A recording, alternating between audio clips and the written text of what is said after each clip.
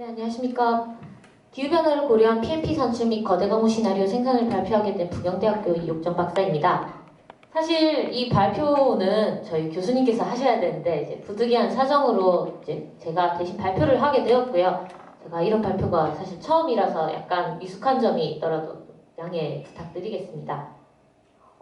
제가 이 발표를 좀 급하게 맡게 돼가지고 발표 이제 PMP 이야기를 할 때 어떤 기후변화에 따른 극치 강우를 좀 이야기를 해볼까라고 생각을 하다가 저번 달에 발생했던 태풍 하기비스 기사가 생각이 나가지고 이제 자료를 좀 찾아봤었어요. 근데 찾아봤더니 여러분들도 이제 기사로 좀 많이 접해보셨겠지만 짧은 기간 동안 굉장히 많은 강우를 이제 발생시켰고 시조카형 기준으로 24시간 지속기간 강우량이 약 1300mm에 달하는 강우를 발생을 시켰습니다. 그리고 24개 지점의 하천 붕괴라던가 뭐 여러 하천의 범람 같은 일들이 생겼는데 이런 슈퍼태풍이 발생하게 된 원인들을 살펴보니까 일본 해역 앞쪽에 앞바다가 이제 수온이 많이 상승하게 돼서 아까 권현환 교수님께서 말씀하신 것처럼 이제 기온의 변화가 결국 가강수량의 증가를 일으키게 되고 이런 가강수량의 증가가 태풍이 수분을 많이 머금게 되는 원인을 가지게 돼서 이렇게 수분을 많이 머금게 된 태풍이 천천히 열도에 상륙을 하게 되면서 비를 한꺼번에 쏟아지게 되게 하면 이렇게 많은 피해를 발생을 시키게 됩니다. 이게 사실 우리나라 쪽으로도 온다고 처음에는 이렇게 예보가 됐었는데 그 당시에 다행스럽게도 우리나라에는 찬 공기가 이렇게 발생을 하게 돼서 경로가 일본 쪽으로 틀어지게 돼서 우리나라 쪽으로는 큰 피해가 발생을 안 하게 됐는데요. 사실 이런 것처럼 이번 연도 10월 달에 유독 한국에 태풍이 많이 발생을 했잖아요. 그런 거를 보게 되면은 기후변화에 따라서 이제 기온은 올라가게 되고 이제 극한 가구가 발생할 확률이 점점 증가하고 있다는 거는 확실히 기정사실이 된 것 같습니다. 그래서 이건 이제 사실 발표 시간이 25분인 줄 알고 좀 길게 준비를 했는데 15분이더라고요. 그래서 이건 간단하게 설명을 드리면은 2016년도에 발생했던 태풍 차바 이야기를 좀 예시로 들려고 합니다.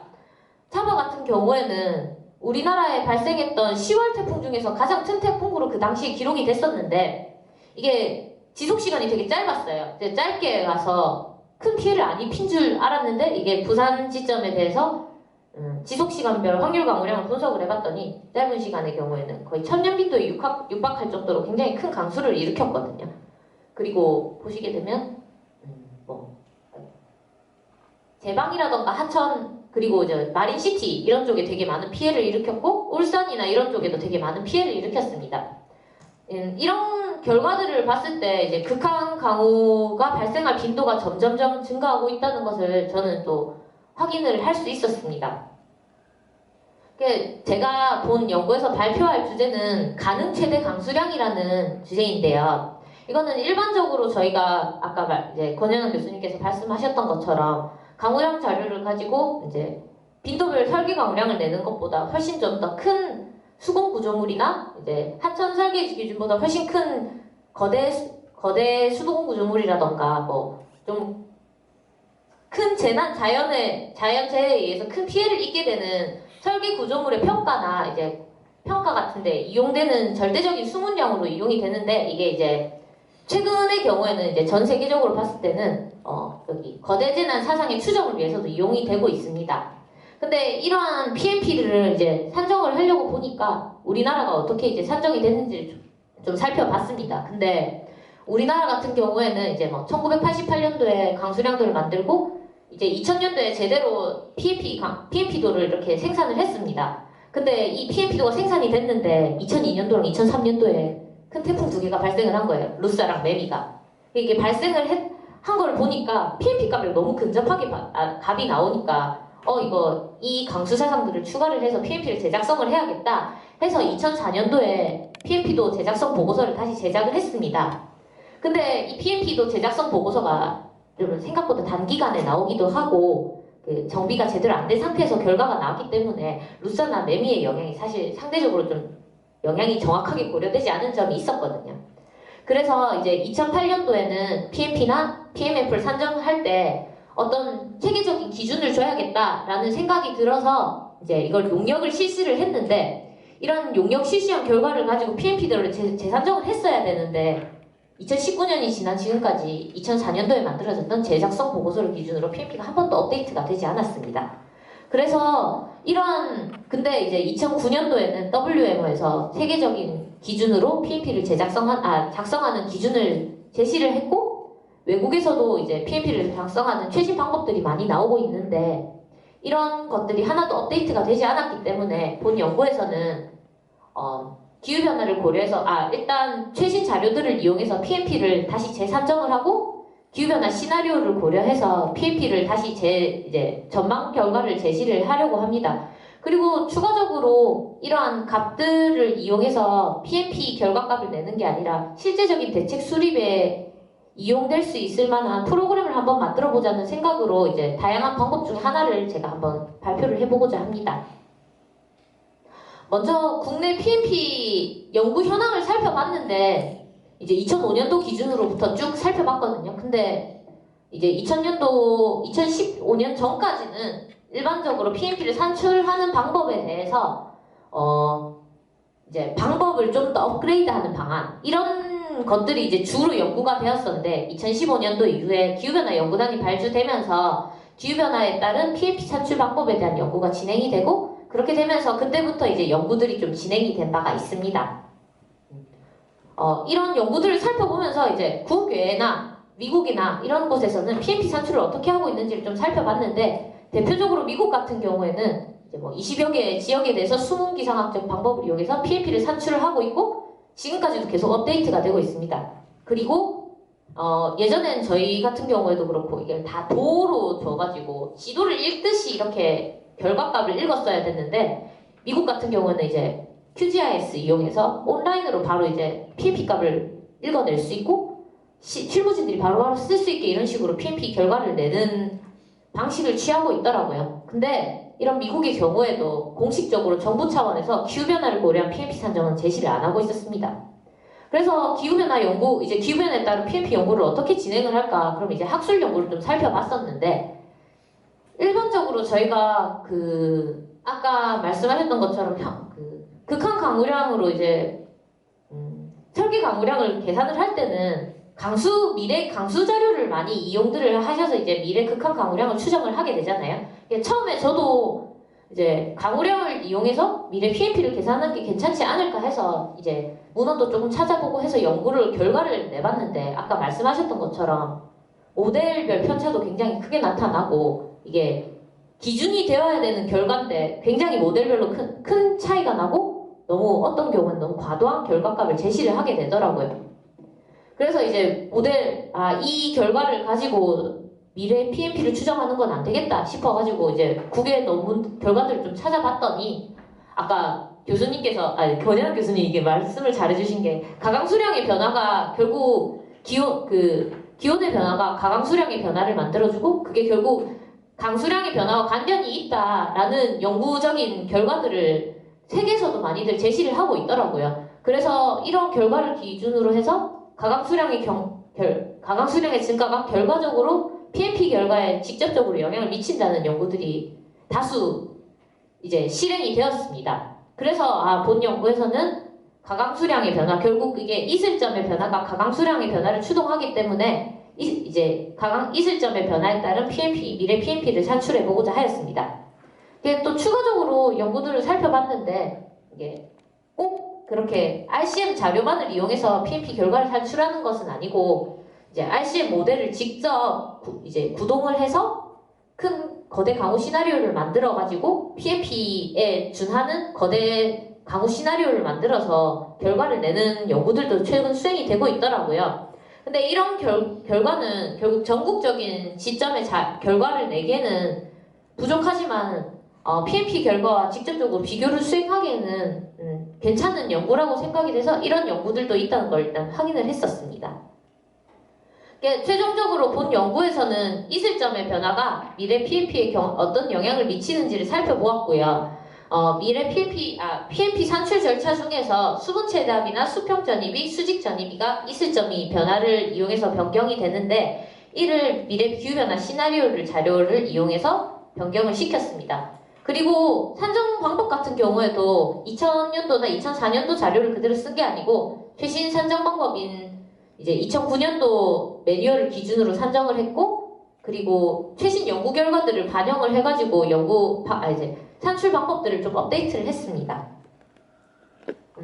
산출 방법을 위한 RCM 자료 산출 절차는 RCM에서 자료를 뽑아서 그거를 핸들링을 해서 이슬점 자료를 만들고 편의 보정을 수행을 하고 시간 자료를 일자료를 시간 자료로 변경해서 PMP 산출 절차에 이용을 했는데 단순히 그냥 자료를 다운받아서 나 넣었어 이게 아니고 이제 PMP 산출 절차에 필요한 데일리 자료를 이제 시간 자료로 쪼개서 만드는 기법들을 본 연구에 적용을 해서 결과를 도출하였습니다.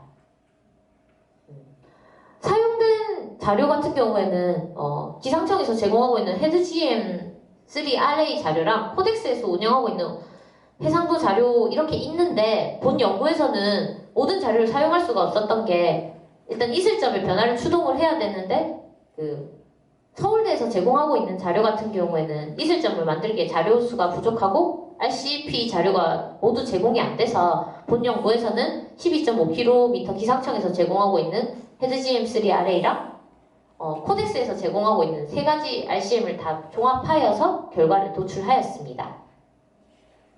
대상 지역은 한반도 남한 전체를 대상 지역으로 하였고, 공간적인 해상도는 5km/5km 자료로 만들었습니다. 그리고 미래 기준 연도 같은 경우에는 제가 알기로는 연구단에서는 40년, 70년, 100년으로 제시를 하고 있는데요. 코덱스에서 주고 있는 자료는 2050년까지밖에 자료를 안 주고 있기 때문에 본 연구에서는 2030, 40, 50, 70, 100 이렇게 5가지의 기준 연도로 나누어서 결과를 제시했습니다.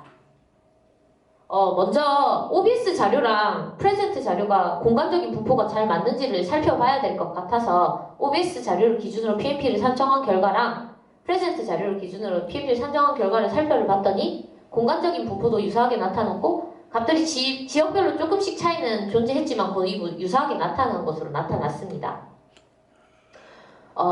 이 그림은 헤드GM3 자료를 기준으로 해서 현재 대비 2040년, 70년, 100년의 PMP 전망을 살펴본 결과인데 4.5나 8.5 모두 미래로 갈수록 PMP가 증가하고 있는 추세를 보이고 있고, RCP 8.5를 기준으로 평균적으로 약 30% 정도 PMP가 증가하고 있는 것을 볼 수 있었습니다. 이거는 아까 보여드린 그림은 헤드GM3RA 모형만을 기준으로 결과를 낸 거고요. 이거 같은 경우는 모든 RCP, RCM 자료들을 모아가지고 현재 대비 변화율을 연별로 이렇게 살펴봤는데, 우리나라 전역을 기준으로 봤을 때 2050년도 기준으로 했을 때 레인지가 이제 RCP 시나리오별로 존재가 하기 때문에 13에서 21% 정도 증가를 하는데, 이걸 평균을 때려보니까 약 17% 정도 증가하는 것으로 나타났습니다. 그리고 이게 모델 결과들을 좀 살펴보시면 알겠지만 2070년부터는 급격히 이게 편차가 확 벌어져가지고 저희가 기준 연도로 봤을 때는 2050년까지 약 17% 정도 증가한다는 결과를 이렇게 이해할 수 있었습니다. 근데 이 결과를 내고 보니까 이제 약간 원론적으로 돌아가봐서 지금 저희 같은 경우에는 현재 대비 미래의 변화율만을 살펴봤는데, 방금 저희가 이걸 기준으로 삼은 결과들이 현재 값을 저희가 냈잖아요. 근데 이게 2004년도까지 재산적 보고서 대비 2019년까지의 자료는 어느 정도 변화했는지, 실제로 PMP가 증가를 했을까? 아니면 증가했다면 어느 정도 증가했을까라는 궁금증이 생겨서 이제 저희가 세팅했던 방법 기준으로 해서 2004년도에 있던 재산정 보고서 대비 2017년까지 자료를 이용해서 PMP를 다시 재산정을 해서 얼마 정도 차이가 나는지를 한번 살펴봤습니다. 근데 살펴봤더니 저희가 예상했던 것처럼 짧은 지속기간이나 짧은 영향 면적의 경우에서 PMP가 증가가 폭이 상대적으로 크게 나타났었고, 상대적으로 그에 비해서 긴 지속시간이나 큰 영향 면적의 경우에는 PMP 증가폭이 작게 나타나긴 했는데, 평균적으로 살펴봤을 때 2004년도 재상정 보고서 대비 평균 PMP가 약 9% 정도 증가하는 것으로 나타났습니다. 그렇기 때문에 이런 이슬점에 따라서 PMP가 증가한다는 것은 미래 기후변화에 따라서 PMP가 점점 증가할 것이라는 것이 이런 결과들로 입증이 됐다고 생각이 됩니다. 그래서 이런 연구들을 기반으로 해서 저희가 지금 일단은 PMP를 다시 재산출하려는 연구를 다시 진행 중에 있습니다.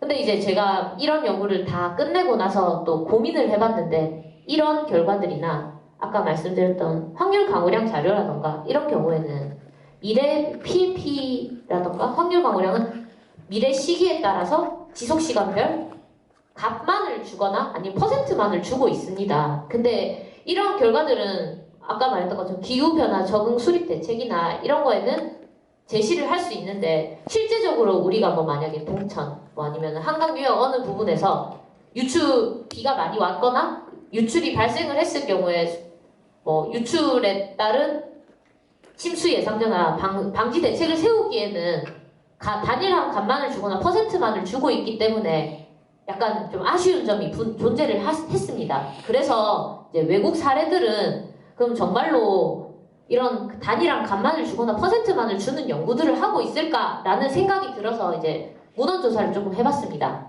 문헌 조사를 해봤더니 미국 경우에는 미국에서 발생했던 거대 강우가 있으면은 그 강우를 특정 지역으로 전이를 시켜서 그 전이가 된 강우를 최대화를 시켰을 때 이제 강수 사상을 최대화를 시켜가지고 이런 강수 사상이 최대화된 값들은 결국 과거 발생했던 강우 사상들을 기반으로 했기 때문에 시계열 자료가 존재하게 돼서 이런 자료들을 기반으로 유출 모델과의 연계를 수행하고 최종적으로 침수 모델까지 연계를 해가지고 취약 지역을 선택하고 비상대책 시나리오를 선택하는 연구까지 진행이 되고 있었습니다.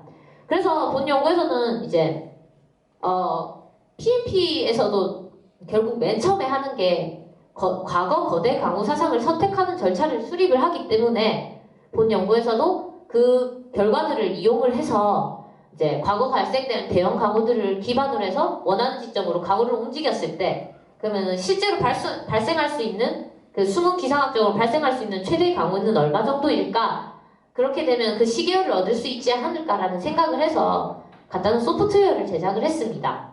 이제 소프트웨어 같은 경우에는 이제 원하는 지점을 선택하고 지점에 대한 T생 개수를 선택하고 목표 지속 기간을 넣게 되면 우리 과거에 발생했던 강우 자료들의 전이 혹은 전이 및 최대화를 통해서 원하는 유역에 발생될 수 있는 최대의 강우량 자료를 주게 되고 원하는 목표 지속 강우량에서의 최대 강우량 자료를 보여주게 됩니다. 그리고 제가 원하는 지역에서의 과거 관측 자료에서의 목표 기속 시간에서의 강우량을 같이 자료를 주기 때문에 이런 자료를 서로 비교를 하면서 예를 들어서 부산 지점에서는 원래 500mm가 내렸는데 전이 및 최대화를 수행해서 한 800mm까지도 내릴 수 있겠구나 이런 결과를 제시할 수 있게 하는 프로그램입니다.